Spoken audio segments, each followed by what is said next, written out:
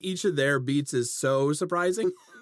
I think the journey of like losing characters along the way is also surprising.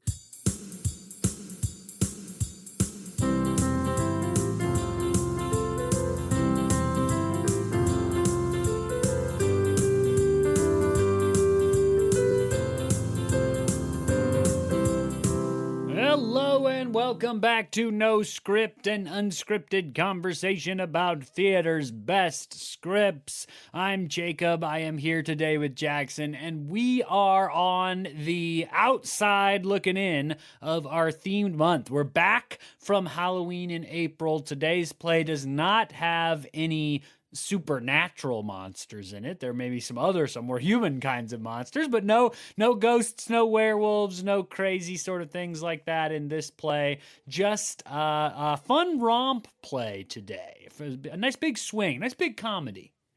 Yeah. A comedy set amidst something tragic. This play holds the line between comedy and tragedy really well. Today we're talking about Into the Beautiful North by Karen Zacarías, who are excited to have the chance to chat about again. And excited to have the chance to chat about the show because I think what I've already described, it does a really great job of holding both the comedy and the heartbreak that is associated with this play.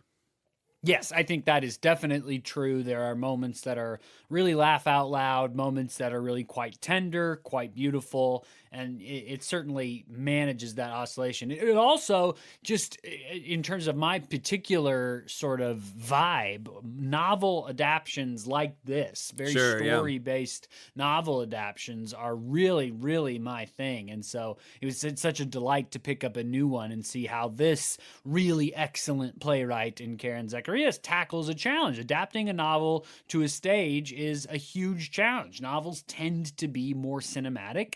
This is certainly a cinematic story in that the location changes all the time. This is a quest play, right?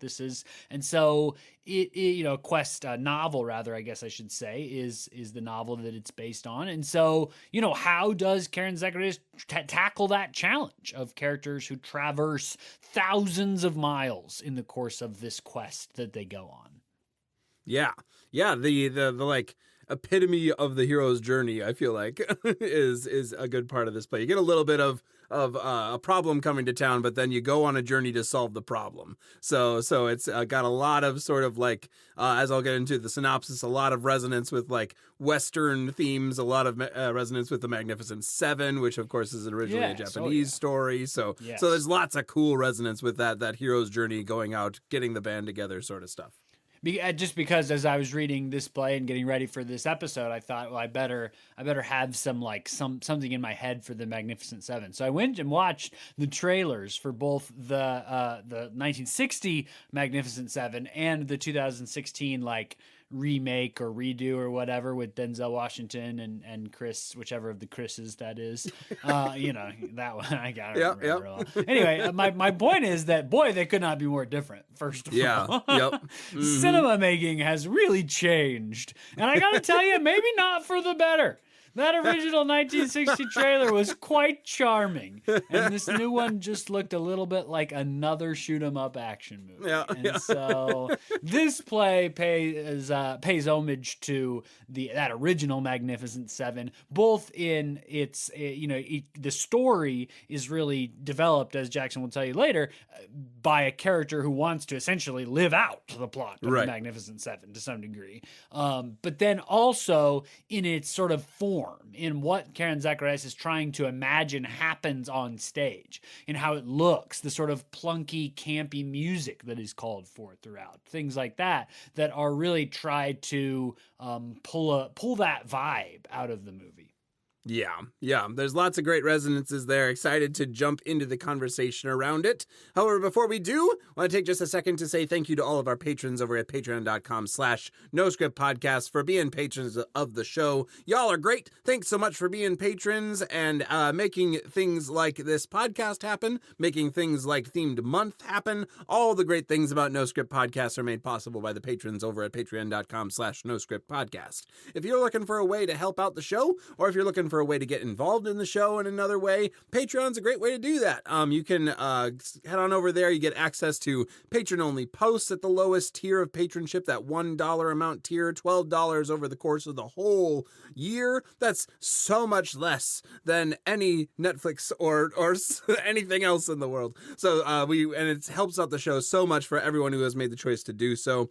You can find a number of different tiers of patronship over there. So if you're looking for a way to jump into the conversation in a really interesting way and join the No Script community in another way, whether you're a longtime listener or have just kind of stumbled across us, you can head on over to patreon.com/NoScriptPodcast, and we will see you over there.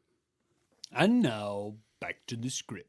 Here we go. Okay, so Karen Zacarías, we've already talked about their play on the podcast. We've already had a discussion, and so we won't be doing an author overview this time, other than to say this particular play is not like this kind of play is not like what Karen Zacarías does necessarily. Some playwrights, like Mary Zimmerman, for example, sort of specialize in this particular way of bringing epic, large-scale stories, novels, and movies to the stage. And Karen Zacarías has got a much more broad range of plays. We talked about her play Native Gardens, which is very much like a fourth wall comedy. And so just very different. And so I really appreciate seeing how a playwright who comes from the world of, I guess, more traditional theater. I'm not even quite sure what I mean by that in this context necessarily, but approaches the monumental task of staging like a grand epic novel like it is. So we've said a couple of times, this play is based on a 2009 novel by poet novelist Luis Alberto Urrea, who NPR hailed as a literary badass and a master storyteller with a rock and roll heart. Nice. Gotta love that NPR copywriting. But hey, you know what? I will say, I see both the elements of badassery and the rock and roll heart in this stage adaptation of his novel. It seems like, based on what we got, that seems somewhat accurate, I would say. I don't have, overt familiarity with Luis Urrea, so I just got to go off the NPR review. Urrea was a 2005 Pulitzer Prize finalist himself for nonfiction and a Guggenheim Fellow. This book has been a selection of the NEA Big Read program since 2012. So the book itself has had a fair amount of influence in the world. Alas, I can't really tell you whether it will continue to be or not, as the future of programs like that are very much in question. It also received a citation of excellence from the American Library Association Rainbow Project. As we've already said, too, the novel Into the Beautiful North draws inspiration from the film The Magnificent Seven, which is a film that's sort of based on a different Japanese story called The Seven Samurai. And so this novel, as opposed to sort of that film, as opposed to that play, you get a couple of sort of different layers of that story. The novel then was also turned into, of all things, a jazz piece, a jazz composition by Joe Brent, which is performed by the trio Nine Horses at University of Arkansas Little Rock. So a broad sort of societal impact of the novel for sure, including its sort of mainstay in curriculum through the NEA Big Read program. This play was commissioned by I'm going to pronounce this wrong, I'm guessing. I'm just taking my best shot. It's Portland, Oregon Theater, the Milagro Theater in Portland. Commissioned there. My understanding is that they then also had kind of an agreement to then produce the play as well in Berkeley at Central Works. There is an interview with Karen Zacarías about that where she makes sort of passing reference to the idea that when the play was commissioned, the plan was then for it to go on to Berkeley as well. There's this production at the 16th Street Theater in Chicago. San Diego Rep performed the play in 2017. That seems especially relevant, as I'm sure Jackson will tell you. 2019 UC Santa Barbara. And 2021, there was a Zoom reading by Teatro Paraguay in Santa Fe. Nice, nice. So we're gonna jump into the conversation here on this play. Just give us a brief sort of summary to get us started, though. As Jacob mentioned, the date is pretty applicable. It's 2017, right when this play is written, and there's nothing really that like grabs you and puts you in a particular time in this play. And so thus, I think it's pretty much sort of contemporary. So see, that's interesting. I mean, I don't mean to like jump wildly into everything already, but this seems particularly relevant because this is a 2009 novel Yep. about the issues of immigration and crossing the United States-Mexico border, which plays like a massive role. And then it was turned into a play in 2016, Right. which is like a pretty crucial year in that issue or sort of part of our society, right? And now we're reading it and discussing it in 2025. So Here we are we're again, talking yep. about like a span of 16 years wherein I got to tell you, as somebody that is, you know, sort of an outsider to that, I don't live anywhere near the U.S.-Mexico border, the issues that this play presents felt like the play could have been written yesterday. For sure. Yeah, absolutely. No, it speaks directly into the moment, directly into the things that are continuing on. So very, very contemporary feeling. Feels like as you're reading it, lots of things make sense within the contemporary moment. So worth kind of landing it in the moment. The play starts in a little town called Tres Camarones, which forgive me if I'm mispronouncing. And it's this kind of small town just across the border in Mexico, not too far from the border of San Diego. And the characters that I'll kind of introduce kind of in our more longer form real quick are the three sort of core characters. We have Nayeli, who is Latina, age 19, who's optimistic, a karate chopping heroine. We have Tacho, who's Latino, age 30 to 40. He's openly gay, Nayeli's friend and boss and big brother mother figure. And then we have Vampi, who is Latina, 19, and is her, I assume Nayeli's, dynamically pessimistic, devil's advocate, goth best friend. And an orphan. So these three are kind of our hero characters. They're the ones that quickly develop as kind of the core three of the story, with a whole bunch of other folks in the play, though. There are 8 actors in the play, and we'll meet a couple other characters in my summary here. But Nayeli's aunt is in the town. She's kind of a town mayor and kind of running for mayor currently, and trying to kind of make some moves in the town. But the first beat of the play is their town is kind of discovered by this, their character names are Cop and Narco, kind of people who are in the drug trade, and they come in and kind of throw their weight around, throw their guns out into the air, and kind of freak the town out and basically let them know they're coming back.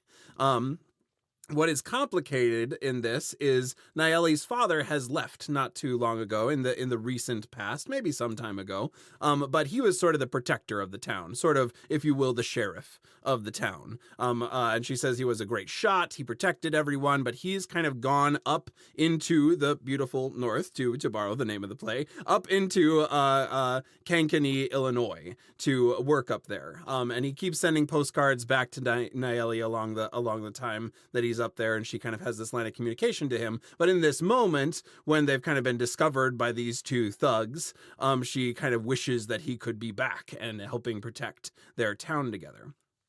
There's lots going on in the town. As I mentioned, there's already an election going on. There's an owner of a theater in town who they managed to convince to open up the theater for a night to kind of play these movies. And that's where we get the kind of hook into the Magnificent Seven and the kind of Westerns style of gather your party sort of. We gotta figure out a way to get some heroes back into town. So Nayeli has this idea that she's going to go north, go to her dad, cross the border, and get him to help her find 7 great men to come back down with them to their town and kind of save it from these two thugs who are in town here. Which that just to and I'm not a film buff nor like an old Western buff nor really even that familiar with the Magnificent Seven movie, but that is sort of generally the plot of the Magnificent Seven, at least prior to the confrontations and the big fights in the town, right? Is that folks from Mexico travel to the United States to find people to come back and fight against thugs that are coming to sort of rule and oppress and hurt the people of a particular town. It's also worth noting that in this town, very strangely, the men are all gone. They just, and that's not quite to say that there are literally no male people in the town. We know we meet a couple of them, but that there seems to be like sort of a generation of fighting age men that are missing from the town, that have fled. They're accused of cowardice at certain points. They're accused of fleeing to the United States for economic opportunity. The town has a variety of opinions about why, in particular, the men are all gone. But the story actually starts with somebody saying, well, Nayeli is, because she's athletic and attractive, she often gets like catcalled, but recently she hasn't been catcalled as much. And at that point, you don't quite know what's going on. And you're like, oh, good for her. But then you realize that the reason why is that the town is now lacking men. And so that's where this plan comes from. They need to go bring back some fighting age men to send off these, oppressive drug folks that are coming in. And so she sets out with her kind of two nearest friends. Nayeli sets out with Tacho and Vampi, and they both kind of head into sort of nearby. It's a long bus ride, but they get into Tijuana, the city bordering the border up into San Diego. They have a contact that they know in town that their aunt gave them. However, when they get there, they can't find the contact. They know they have a contact in San Diego, and this like missionary Matt, who kind of came down, and they knew him from before. Vampi has a crush on him. And so they're like, I'll bet you we could, once we're in San Diego, we could find him. I have his address. We could figure out a way to find him. And so they start to try to figure out a way across the border. But the first day goes very poorly for them. They kind of wind up in this dump, and they meet, kind of fortunately, another character who is Atamiko. He's kind of the samurai of the dump, I think he calls himself at one point. And he kind of like has this way across the border. He knows this guy, knows this coyote is what he calls him, and he's going to be able to take them across the border. So they set out and attempt to cross the border. They're caught very quickly. So quickly, in fact, that Atamiko manages to run back into Mexico and kind of leaves them on the other side of the border. And they're kind of picked up by the Border Patrol. And they go through the process of them kind of like saying, we got you, are you going to try this again, we're going to let you go, etc. And they almost get bussed back before. This would be the only part to me that feels like out of time a little bit for 2025. Yeah. It does not, to me, feel like the border process that they go through to be deported in 2009 is still what it is anymore. Yeah. This the way that this scene is presented kind of has this sort of little bit of tongue in cheek in it, that feels a little bit disorienting in our current knowledge of what goes on at the border. So but this scene, the Border Patrol is kind of like, okay, well, I guess you'll try again. I'll see you tomorrow night. However, as they're leaving, about to kind of leave back, Tacho kind of lets slip the name of his taqueria, which bears a passing sound similarity to the word Al Qaeda. And so he is quickly jumped on by the whole Border Patrol and held back from the group, and so they're separated at the border for another bit of time. Nayeli and Vampi, however, get back across the border and manage to essentially try again to cross. They find Atamiko again, and Atamiko comes along as well, and they manage to get across this time. They manage to escape across the border. Tacho eventually gets back across the border, can't find them, tries to find another way to find them, can't do it. Finally, like, calls Irma back at home and is like, I can't find them anywhere. I'm going to try to keep figuring this out. Goes to a gay bar and meets this, like, kind of rich guy there who's like, oh, I'll take you across the border in my Mercedes or my BMW, take you to San Diego. And so he manages to get across the border as well. They all manage to meet back up in San Diego. There's a lot of things that happen before that happens, but they manage to meet back up in San Diego, meeting Matt, and Matt kind of lets them use his van to start driving towards Kankakee, Illinois.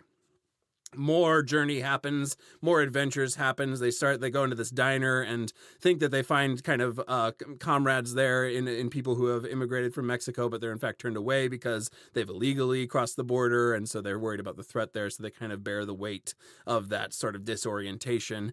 Eventually, though, they do make it to Illinois, and Nayeli has this scene where she like is getting ready to go to her dad and kind of finds the address that he's at, but sort of deduces, it's like sees that there's more people in his life, that he in fact has a whole family here. And a baby. And a baby here. And the the kind of full reality of how far away her father has grown from her lands home, and she doesn't even go into the house.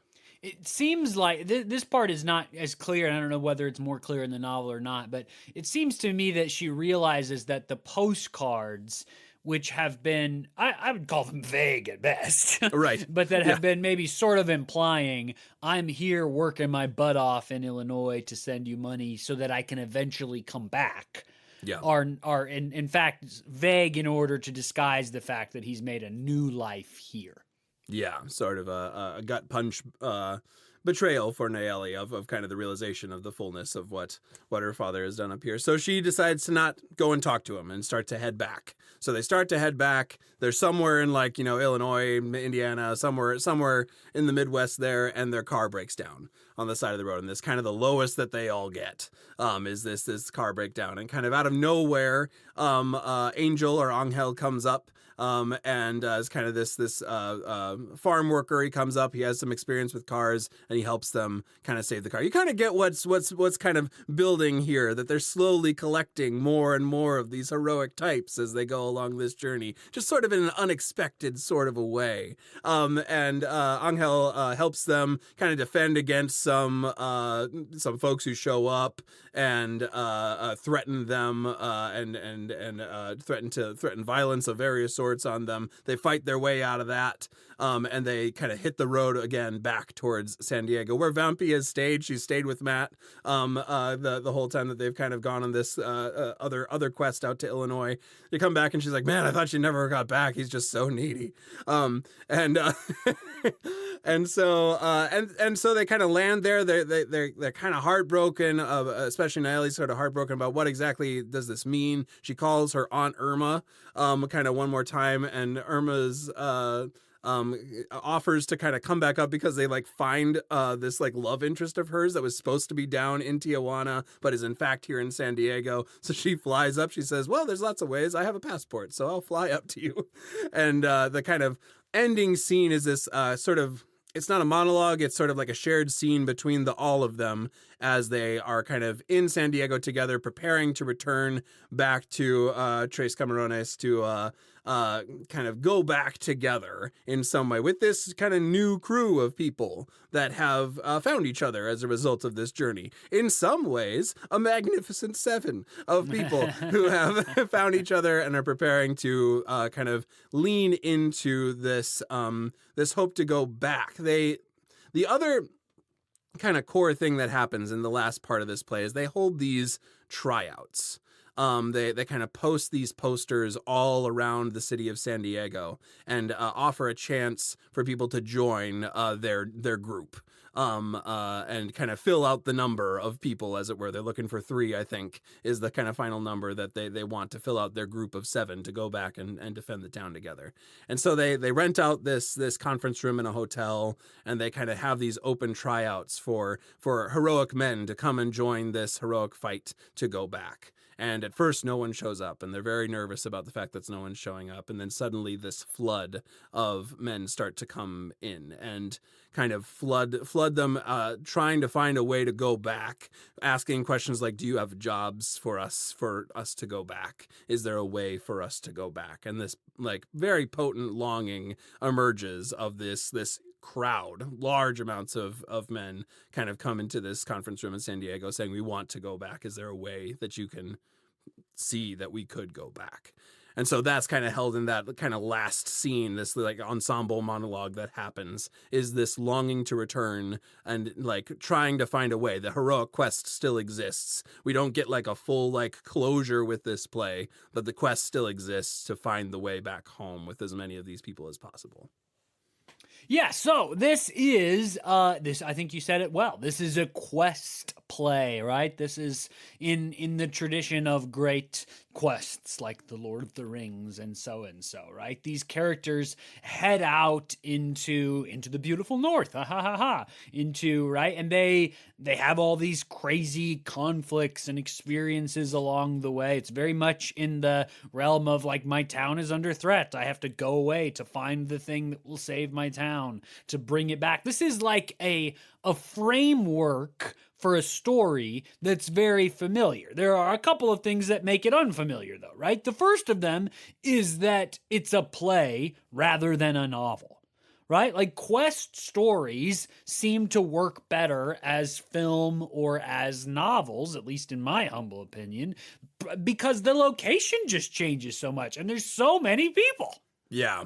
Yeah, the unity of time and place is such an important part of theater, and what you there's lots of ways to break those unities, and lots of very effective ways to do so. However, it does offer a challenge to a journey play of like, how do you have all these locations, especially if you don't have a fly system, and like how do you like generate this like sense of journey and this like large cast of people. And I think this play does it really well. I love the ensemble work in this play of I think like 5 of these actors play something like, I'm just looking at the cast list or the role list very briefly and guessing, but something around 20 some characters would be my guess, are kind of occupied by these 5 ensemble cast members, which is really great, really like flowing and kind of leans into that sort of meeting so many people on the road sort of feel. Yeah, in an interview for the first production, the commission for the theater in Portland, Karen Zacarías says it's challenging to go on a road trip. It's challenging. She's talking about the writing a play about going on a road trip. It's challenging to write about going on a road trip. In other words, the quote cut is a little odd there. It's challenging to write a play about people who are in a car for 10 days and to find a way to find the tension. She's chasing after a character that we never get to see. He's an offstage character, right? So that there is this challenge of in a quest story, the thing that you're headed for is so drivingly important. But the feature of a journey is that like you don't get there till you get there. And so, like, you know, this thing that Nayeli is chasing after, her father, which is, you know, very moving and stirring, is this person that we never see and never meet. And then in the real, you know, the moment when she gets there, we still never see and never meet. Yeah. Yeah. There's like that. I mean, this play pays off the best parts of the cliche is the journey is the friends we made along the way, or something like that. Of like, you No, know, you're right. I you agree. get all the way to the end and you think you know what's going to happen, right? You think you know that we're going to finally meet Dad, and Dad has like 2 friends. He also has some friends in San Diego that we're going to catch, and we picked up 2 or 3 along the way, and we're going to go back together and save the town. And you get to that point and it's like, oh, that's not the story we're in.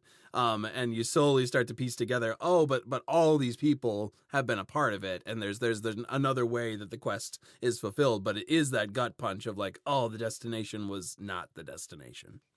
Yeah, well, and also though there's this sense of like in a if you're gonna make this book a play, you have to make the decision about whether this character, and he is going to be played by an actor or not, right? So whether the dad is going to be an offstage character or not. She has a lot of dreams about him. You know, his letters are read aloud, I would imagine, by different members of the cast at various points. And in a novel, like, our imagination supplies what this person is, but that's the same way that we supply what every person is when we're reading a novel. The whole thing takes place in our imagination. And in theater, right, the decision to not stage this person makes him like farther away, right? It's like hides him as the end goal in a way where you could have adapted this story and had like a flesh and blood, like designated actor play this father in some, you know, sort of staging trickery kind of a way, so that the end goal was always very tangible. But that's not how Karen Zacarías decides to do it. Yeah, it almost like gives you that hint that there's something we're not seeing.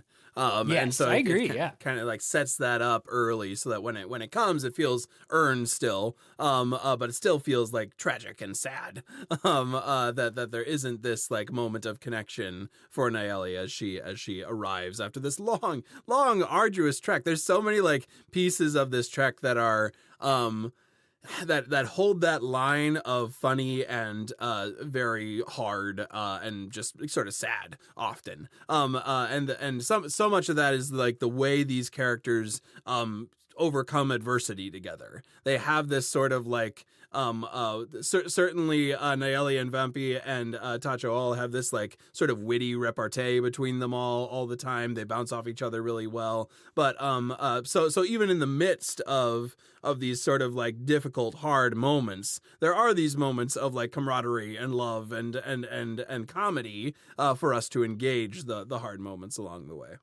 Yeah, and part of that is in discussing plays that are adaptions, it's tricky for us on this podcast because like we talk about the story and the characters to some degree. We're actually talking about the novel that was, so this gets a little. This is not really Karen Zacharias's invention, but the fact that the story sends this trio of friends on the journey, as you said, what really happens then is that this trio of very high context relationships, these are people who've been friends for a long time, who know each other very well, who speak secondhand, they speak subterfuge, they're able to talk and reference each other's lives without ever having to say those things out loud. They have a ton of familiarity, right? And they go to places that they've never been and met people that they've never met. And so they're surrounded by low context relationships. And this is not to like, I don't mean to keep making this as a comparison to Lord of the Rings or anything, but it is very much like the hobbits, right, that go out. Part of the reason why it's valuable for J.R.R. Tolkien to send these 4 hobbits out together is that they know each other really well. So you get to have those conversations, and then you get to have the more low context stranger conversations. And that is so much of this play is strange things happen with people that you don't know in low context situations. They're either strange or terrifying or really hurtful or very funny and very touching. And then the high context group gets together and gets to process those things with the benefit of, I guess it's somewhat of the safety of people that you know, but also people to whom your personality is not the kind of personality you have to put on for a stranger. Yeah, and I think like a lot of the drama is who, if anyone, is trustworthy enough to kind of be in high context with. And you kind of meet a lot of characters, many characters, who kind of, some of them try to kind of get that close and some of them don't. Some of them are opposed. But like Atomiko shows up and is this character that kind of like rides that line. A lot of the drama is like he abandons them at the border, but then he finds them again and helps them out.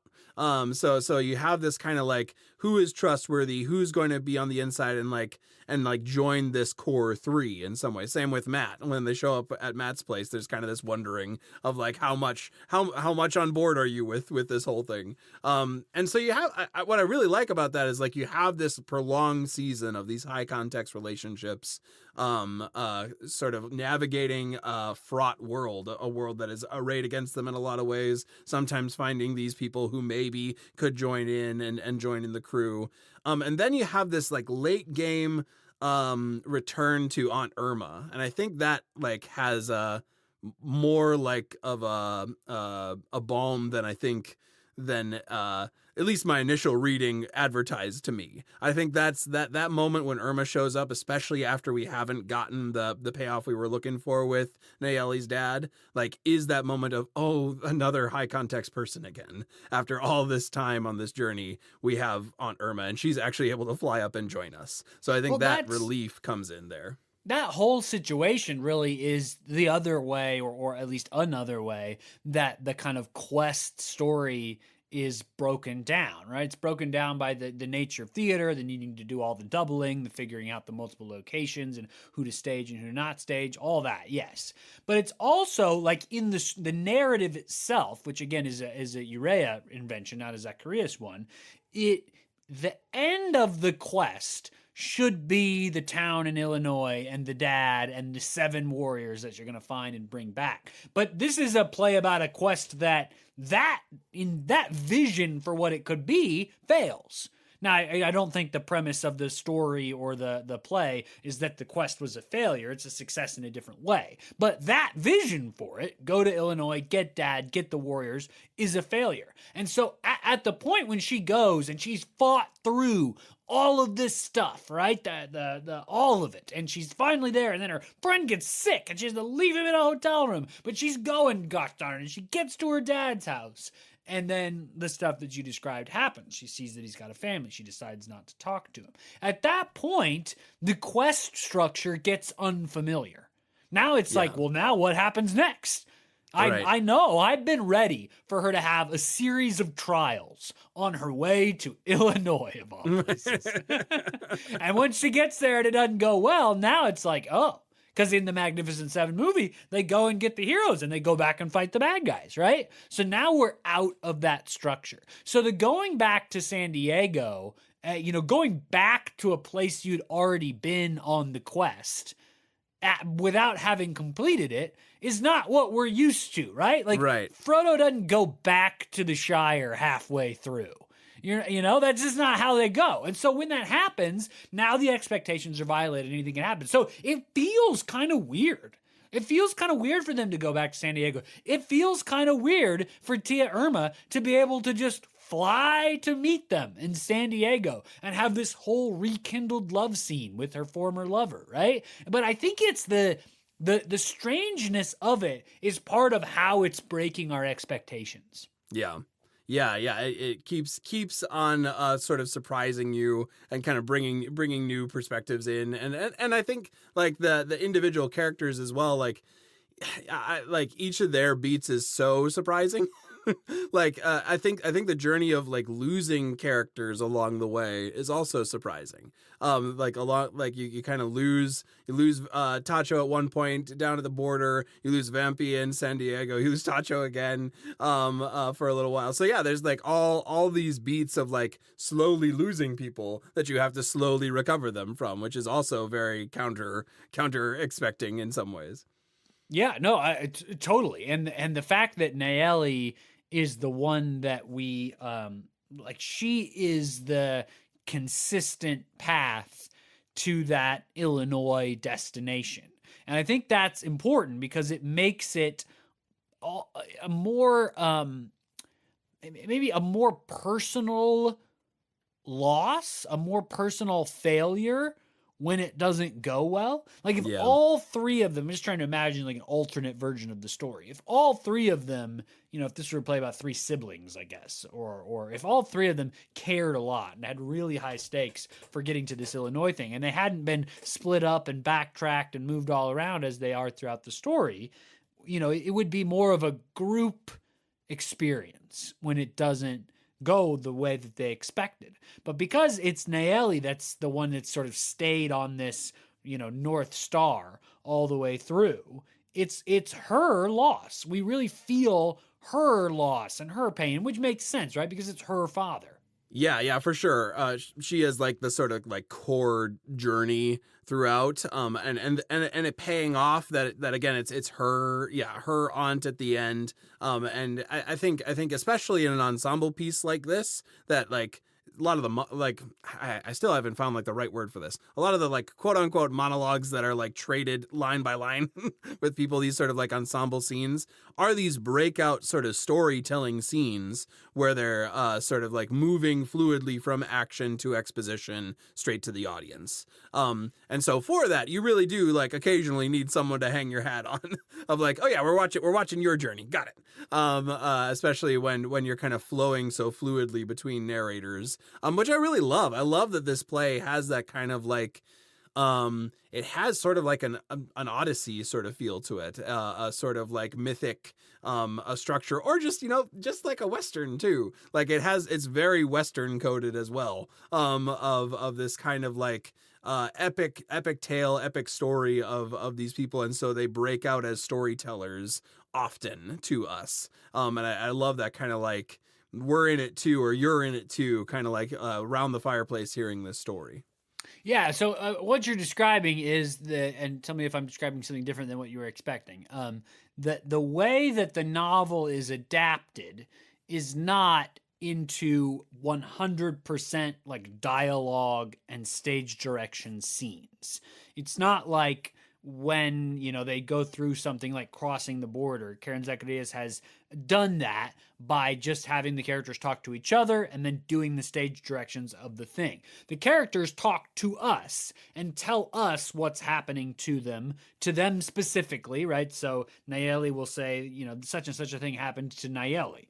Nayeli did this, Nayeli did that. She'll describe herself at various points. This often references story theater, right? Sort of a Paul Sills Chicago improv scene kind of an invention, or made certainly popular then. It's something that I just love. I find that it opens up so many options for how these things work, because you don't have to represent everything literally.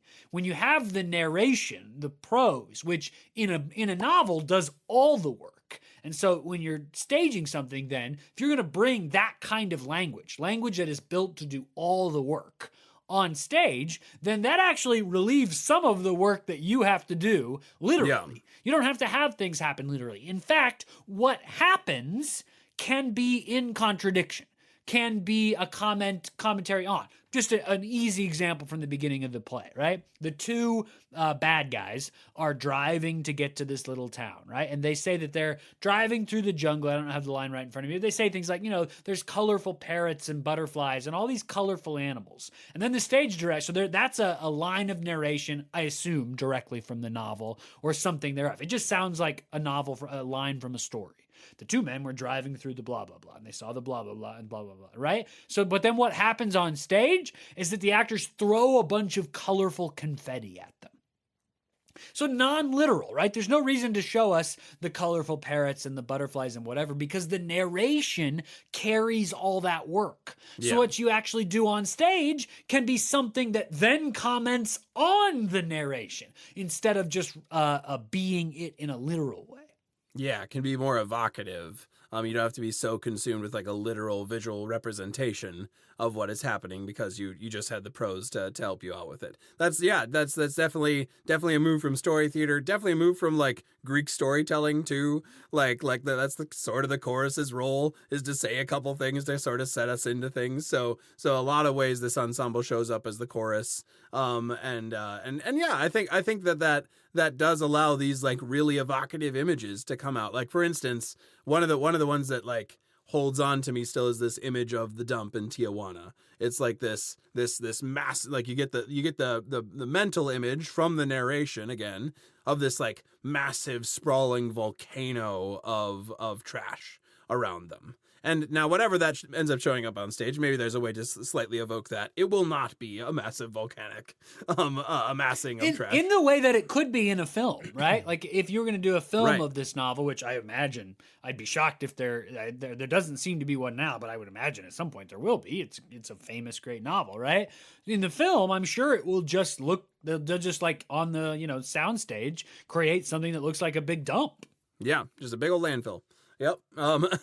But because you have that narration moment here, because you have that evoking that is happening, you can just kind of like ride in from either shadow or stand on a chair or whatever way you decide to stage this. And it like holds that same level of the picture that was painted by the narrators just a moment ago.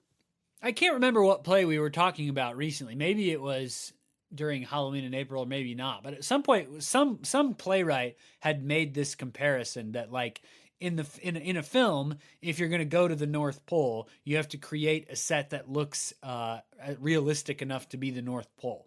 And on stage, it's enough to just put a sign on stage that says North Pole. Right. And so that's already the power of the stage in its representation rather than presentation. But then you add into it the narration, and that allows you to have nothing, right? Because a character can just say, the three travelers entered Tijuana.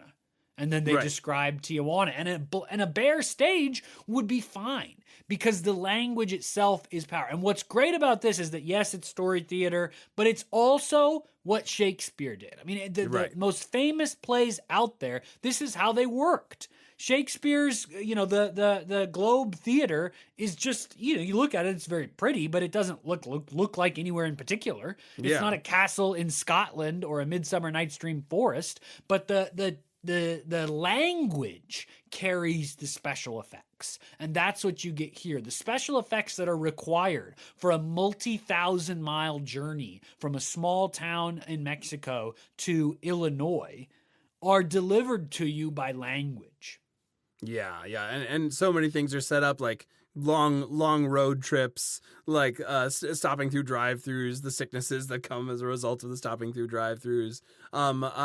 There's quite a bit of like sort of stage combat at one point or another in this play. There's lots of stuff that this is the sort of play that, like, reading it, you get the heart of it, you get the wittiness of it, you get the comedy, and you get the tragedy of this play all in the reading of it. I think it's such a playground, though, for directors and for technicians to just like really show off, essentially, and for actors as well, as they lean into the ensemble nature of the show. But the way that you bring these images out of the show makes going to it so worthwhile and going into it like a lot, like whenever you have the chance to, because one ensemble will do something, I think, completely different than another ensemble will, and they'll both be evoking the story in really interesting ways. Yeah, I mean, I think it's my understanding is that the 16th Street Theater production in Chicago got tremendously good reviews. I think the live experience of this show has got to be really, really evocative and awesome. And in terms of its staging and its action and its visual aspects and the language, right? And also has like really touching, amazing moments of tragedy. I mean, the moment on the bus when the agents, pull him out and call him the F word and beat him for being, gay and somewhat feminine present is just heartbreaking, right? And then on the other side, Nellie in the mountains of Colorado, hanging outside in the snow while her friends nap, and just as like a random fisherman gives her a coat because she needs a coat. I mean, you have these like heartbreaking pain. And you also have like the beauty of like humans taking care of each other. Yeah, connection and dissonance, both kind of like flow sometimes right next to each other in this play, and that juxtaposition is just so beautiful, so impactful. There's lots of little facets of this play that, like, again, it's an ensemble piece, and as I said at the beginning, there's probably 20 to 30 characters in it. There's so many great little moments in this play that deserve their own zoom in on, but alas, we are coming to the end of our particular time for this podcast about this play. We'd love to keep chatting about this play with all of you, though. We'd love to kick the conversation out there to the internet land. If you have seen, read, or interacted with this play at all, we would love to keep chatting about it with you. Find us on the socials at NoScript Podcast. We also have a Gmail, noscriptpodcast@gmail.com. Find us on any of those sites. We'd love to keep talking about Into the Beautiful North with you. If you've enjoyed this conversation or any of the other conversations from this season or our past seasons, we got a lot of episodes out there now. Please recommend us to your family or friends, anybody you know that likes theater, conversations around storytelling and writing and all that stuff. Send them our way. They can find us on Apple Podcasts, on Spotify, on Podbean, on YouTube, all the places where you get your podcasts. Also, like our Facebook page, and a link to the new episode appears every Monday when we publish, including next Monday, when we're back with another conversation about another great script. Till then, I'm Jacob, that's Jackson. Thanks for joining us for No Script, the podcast.